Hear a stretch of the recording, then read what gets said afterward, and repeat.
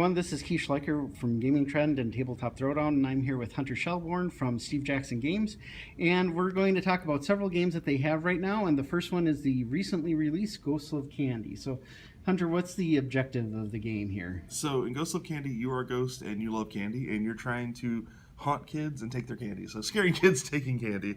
You do that by playing ghosts underneath the kids. And the highest ghost gets to go first, and whenever you play on a kid, you get to take their candy, and you get to use their power, which might let you take more candy, let you do other fun stuff. And you're trying to get candy that you actually love. So everyone has a different card here that tells them what candy they actually like. So in my case, I like candy corn, but I really hate licorice. In this case, this person likes lollipops and hates gummy bears. So everyone's going for a little bit different candy. You don't know this, you keep this secret, so I could collect this candy corn. Now, if you play ghosts that go over this little value here, it's called the Kid's Courage, you actually scare them, and they go into here with the candy, and they're worth negative points. So, positive points for candy, usually, and negative points for kids. You don't want to scare them too much, you just want to scare them enough to steal their candy. And so you have like a hand of cards of the ghost, I'm assuming? Yep, you have numbers from 1 through 8. You won't use all the numbers during the game, and different player counts might change the amount of turns there are in a game, or amount of kids that are in the neighborhood. So, how many players is this for? 3 to 6 players. It takes about 30 or 45 minutes to play. Okay, and what's the MSRP on this? That is $19.95. Okay, great. And the next game that we have is Munchkin Shakespeare Deluxe, and this game was kickstarted. So why was it kickstarted instead of just regularly published? So Munchkin Shakespeare had a little bit of a different origin.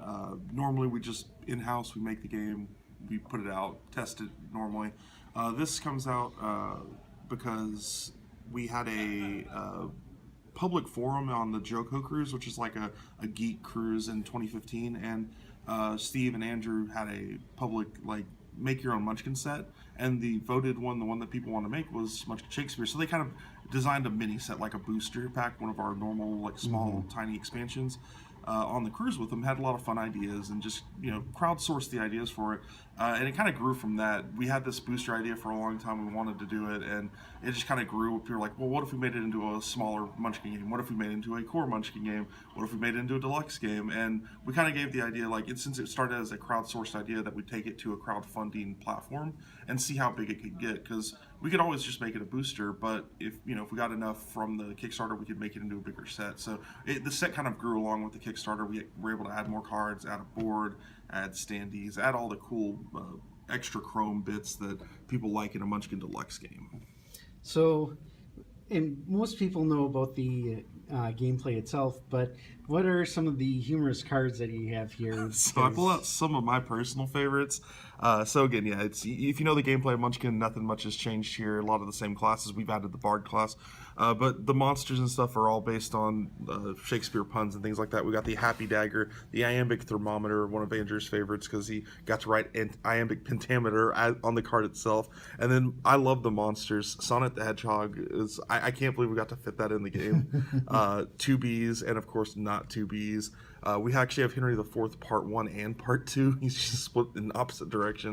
And Hamlet. You gotta have Hamlet. It's just too adorable. There's tons more cards like this. They're throughout the set. It's all just goofy puns. I think the Shakespeare, the Steakspeare, it's just the Shakespearean canon.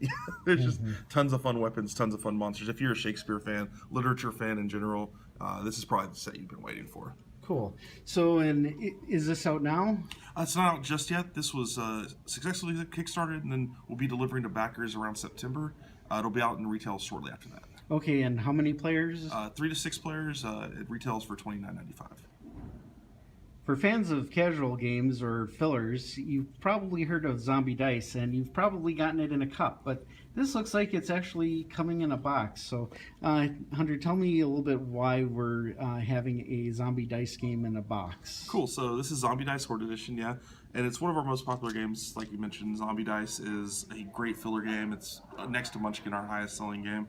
But one thing we've always been asked is, I want all the expansions all in one thing. I want retailers want to be able to sell it next to Munchkin or next to other boxed games instead of in that cup. So we decided, hey, why don't we just come up with a big deluxe version? So the Horde Edition came out of that.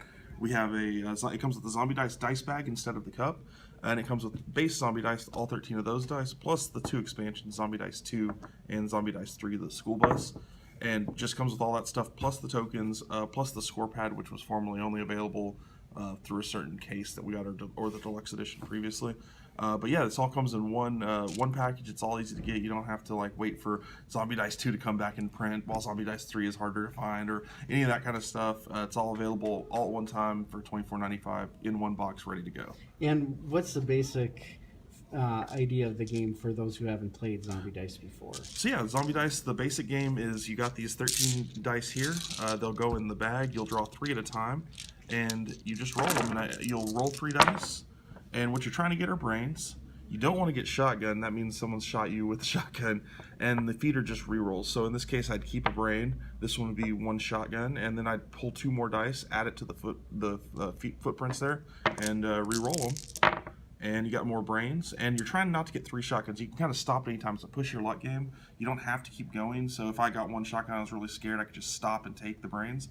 I'm trying to get to 13 brains total to win the game. So you can pretty much stop your turn anytime. Now these other expansions just add more stuff to it. They're different characters that have different powers.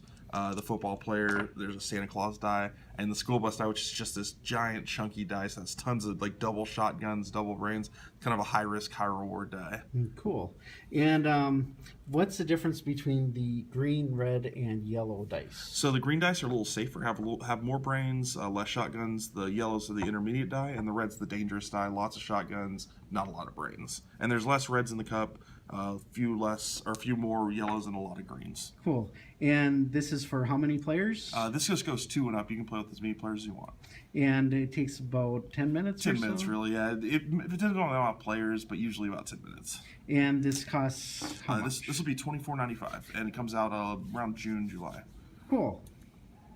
So up next we have MeurToons. Yes, MeurToons. And this is based on a comic book or something? So yeah, MeurToons is a webtoon series, like a cartoon series that they released on their own. The illustrator's also done a series of children's books based on the same characters. And essentially it's just this group of kids that are in this like world of Dia de los Muertos, and the goal of the game is to clear your hand. You get a hand of cards of all these different characters, and you're trying to play all your cards out of your hand to get to the Dia de los Muertos celebration. And you do that pretty much just by playing cards and following what your opponents have played around the table. Each different card has a different little bit of rule to it, like BB and Rosita up here you just follow with the next highest card, super easy. But some of the other ones you might have to follow with a specific character, or something bad might happen, like you might have to take cards back in your hand and put more cards in your hand, which is bad because you're trying to clear your hand of all your cards. Ruby gets to have a little contest because she's a sports person. Everyone plays a card from their hand, and whoever's the highest does the best. So they're all really thematic. The art is amazing. It's based again on that cartoon series and looks exactly like the series. They've been a really MeurToons team have been a pleasure to work with. Super awesome game. Cool. And this is for how many players? This goes 3 to 5. Takes about 10 minutes to play, so it's pretty short, and it retails for $14.95. Should be out a little bit later this year. Might make it to Gen Con in that range. Cool. And finally, we have a new game from Steve Jackson Games that will be available later this year, and it's called Port Royale. It looks like a piratey swashbuckling adventure. So how do you go about on this adventure here, Hunter? So yeah, Port Royale, it's pretty much a swashbuckling adventure. You're running a harbor, trying to attract the best crew for your harbor, and like that includes pirates or governors or jesters. There's a lot of different characters in the game. Everyone starts off with 3 gold, and the cards double as gold and as stuff you're going to buy. And pretty much on your turn, it's a push your luck game. You're trying to flip as many cards as you can to get the most cards that you can draft. So you flip, and you can flip it. You can stop anytime and just take a card from here. But I'm going to keep going to give you an idea of the different cards in the game. So you have ship cards, and then you have crew cards. Ship cards get you gold. If I took this British ship, I could just get 4 golds from the top of the deck. Crew members are kind of how you're winning the game. They do a few things for you. They give you victory points. You're trying to get to 13 victory points to win. They also might have a special power, like in the case of these traders, every time you get a French ship in this one, you'd actually get extra gold. Or on this one, whenever you get a Dutch ship, you get extra gold. And you can see they're worth different victory points. They cost different amounts of gold. There's a bunch of different powers, like the governor does a different thing. The jester, every time someone busts, you get a gold. And about busting, that's the fun part. So if you push your luck too much, you might get 2 of the same ship nationalities. So in this case, 2 Dutch ships have entered the harbor, and that actually ends my turn. I don't get to take any cards. It's just over and goes to the next person. Let's say I didn't do that though, and I have this many cards here. I could take any of these cards. If I could afford one of these guys, I could buy them, but I have 3 gold. I could buy this person. But in this case, I'll just take a British ship and I get 4 gold. So that turns into a discard pile, and I get 4 gold off the top of the deck.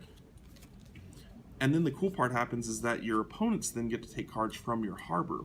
So they might buy this person, they might get gold, but they have to pay you gold for every card they take. So you want a lot of cards because it gives you more options, but it also gives your opponents options and you get to get money from them. So there's benefits to having more cards and pushing your luck, but again, it's a little unsafe when there's a bunch of Dutch ships or American ships. There's a ton of ships in the deck that might end your turn abruptly. But it's a really fun little light game. It was originally, I believe, Austrian, and it won a lot of awards overseas in Europe. Finally able to bring out in the U.S. So Cool. And how many does this play? this goes 2 to 5 players. Plays in about probably like 30, 45 minutes, maybe less, depending on how many players there are. And sells for $19.95. Should be available at Gen Con. Great. Yeah, this looks like a great game for Gen Con. Thank you very much for your time, Hunter. Thank you.